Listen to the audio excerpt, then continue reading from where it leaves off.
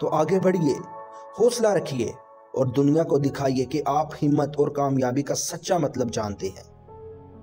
अगर आपको इस वीडियो ने 1% भी इंस्पायर किया तो वीडियो को ज़रूर लाइक करें और वीडियो को उन लोगों के साथ शेयर करें जिन्हें ये सुनने की ज़रूरत है। कमेंट में अपनी ओपिनियन ज़रूर दें और हमारे चैनल को ज़रूर सब्सक्राइब करें। इससे हमें मज़ीद वीडियो बनाने के लिए हिम्मत मिलती है।